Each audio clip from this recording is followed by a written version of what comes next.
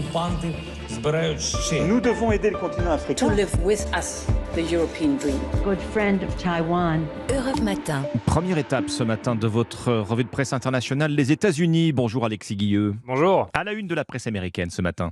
Eh bien, la chute du niveau scolaire des jeunes Américains, les tests fédéraux menés en début d'année montrent des résultats dévastateurs, représentant tout simplement les baisses les plus importantes jamais enregistrées, souligne le New York Times. Des tests en mathématiques et en lecture menés auprès d'élèves de CM1 et de 4e, ils donnent l'image la plus complète du niveau des élèves depuis le début de la pandémie, explique le Wall Street Journal.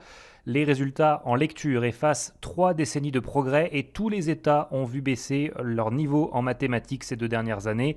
Des résultats consternants et inacceptables selon le ministre de l'Éducation cité dans le Washington Post.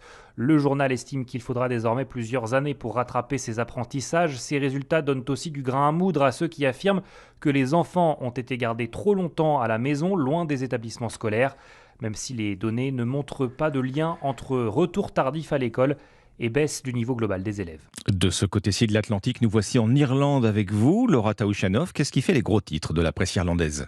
Eh bien, 2 lignes dans la Constitution qui font polémique.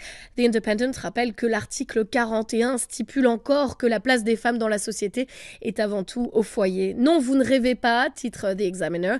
Alors tout le monde semble d'accord pour dire qu'il faut faire quelque chose, mais quoi, là est la question.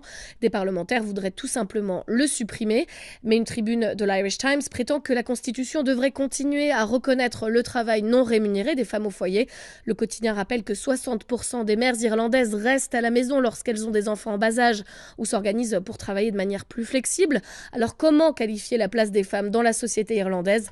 Réponse lors d'un référendum organisé en 2023. Nous partons enfin pour le Japon avec notre correspondant Bernard Delattre. Bernard, à la une des journaux japonais ce mercredi. La guerre en Ukraine qui bouleverse la physionomie des campagnes japonaises, se désole le quotidien nationaliste Sankei. L'agence de presse Jiji a fait le compte. Depuis le début des hostilités, plusieurs milliers d'hectares de rizières ont été reconvertis dans l'archipel.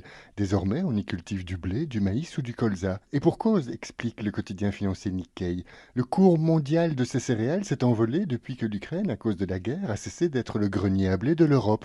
Une telle reconversion, dès lors, c'est tout bénéfice pour les riziculteurs japonais. Ils reçoivent même des subventions pour changer de métier, ajoute le quotidien Asahi. Les Japonais consomment 2 fois moins de riz que dans les années 60, mais le pays en produit toujours autant. Résultat, le cours de cette céréale chute et les riziculteurs s'appauvrissent. Le gouvernement les incite donc à se tourner vers des cultures plus rentables.